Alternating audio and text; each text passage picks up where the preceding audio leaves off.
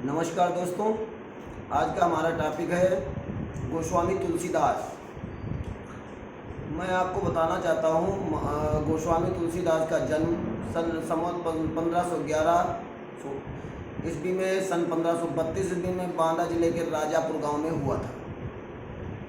कुछ विद्वान इनका जन्म सोरो एटा में भी मानते हैं, जो कि कहते हैं कि जब इनका जन्म हुआ तो ये अपने माँ के गर्भ में 12 वर्ष तक रहे, और जब ये पैदा हुए तो पूरी तरह ये बहुत हष्ट पुष्ट और ताकतवर थे।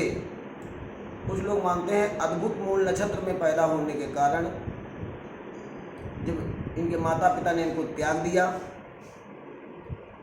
कुछ लोग मानते हैं कि इनका पालन पोषण इनके माता पिता ने ही किया।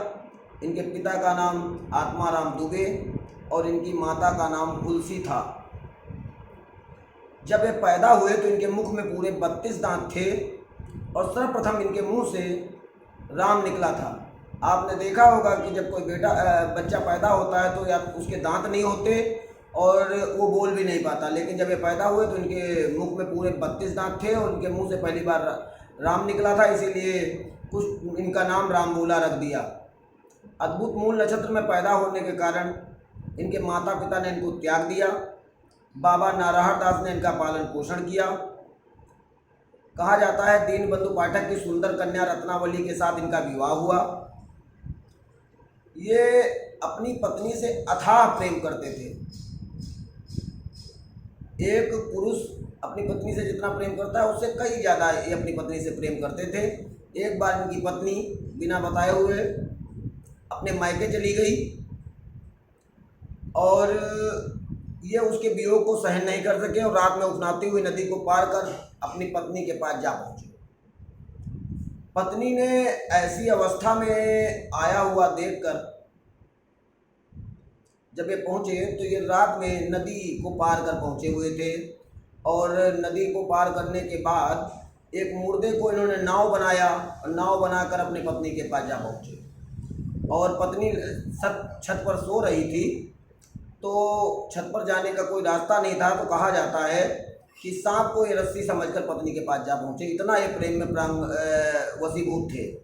पत्नी ने ऐसी अवस्था में आया हुआ देखकर इनको फटकारते हुए कहा कि लाज न आवत आपको और दौड़े आए पास, लाज न आवत आपको दौड़े आए पास, और धिक धिक ऐसे प्रेम को का कहूँ मैं नाथ, अस्ति चरम देहम तामे ऐसी प्रीति, और ऐसी जो श्री राम में होए न कबहू भयभीत। तो पत्नी की इस फटकार से तुलसीदास की आंखें खुल गई और वो सांसारिक मोह माया को छोड़कर राम भक्ति में लीन हो गए। इनकी सर्वप्रथम महाकाव्य जो है रामचरितमानस, कुछ लोग तो इनको वाल्मीकि जी का अवतार भी मानते हैं और कुछ विद्वान इनको वाल्मीकि का अवतार नहीं मानते हैं। लेकिन इनका कुछ समय ये बांदा के राजापुर गांव में भी रहे, फिर ये बनारस चले गए। कहा जाता है कि एक बार ये बनारस में जब रह रहे थे तो एक साधु के दर्शन हुए, तो ये साधु को पहचान गए, साधु को प्रणाम किया। तो साधु ने कहा कि जब आप चित्रकूट आओगे तो आपको भगवान के दर्शन होंगे। तो ये एक बार ये चित्रकूट गए, कुछ समय वहाँ चित्रकूट में भी रहे। तो वहाँ पर एक बार एक पर्वत पर टहलने गए हुए थे, तो वहाँ पर दो राजकुमार एक सुंदर घोड़े के साथ आते हुए दिखाई दिए, लेकिन तब ये इनको पहचान नहीं पाए और ये टहल के चले आए। उसके कुछ दिन बाद ये जब अपने आश्रम में थे तो वही दो राजकुमार फिर इनके आश्रम में आए और इन्होंने उनको पहचान लिया, उनको प्रणाम किया और कहा कि आप हमारी कुटिया में आए हैं, हमारा बहुत सौभाग्य है। तो उन्होंने उन राजकुमारों ने इनसे चंदन मांगा। तो इसीलिए कहावत प्रचलित है, चित्रकूट के घाट पर भय संतन की भीड़, और तुलसीदास चंदन घिसे और तिलक दे रघुवीर। तो इनको साक्षात भगवान राम, उनके भाई लक्ष्मण और साधु के रूप में बजरंगबली हनुमान जी के भी दर्शन हुए। इनको ज्ञान प्राप्त हुआ। वैसे तो इनका महान काव्य रामचरितमानस है, जो सनातन धर्म में हिंदुओं का धार्मिक ग्रंथ भी है।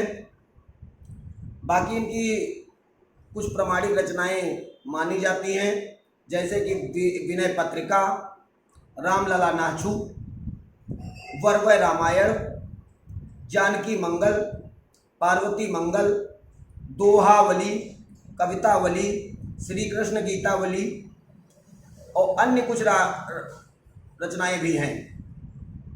इनकी एक रचना जो हर एक व्यक्ति सुबह जब ईश्वर के सामने प्रस्तुत होता है, हनुमान चालीसा। हनुमान चालीसा भी तुलसीदास जी द्वारा रचित है, जिसका रामचरितमानस से ही लिया गया है। और रामचरितमानस एक महाखंड काव्य है, एक महान धार्मिक ग्रंथ है, हिंदुओं की आस्था का प्रतीक है। और इसमें भगवान राम की महिमा वर्णन किया गया है, उनके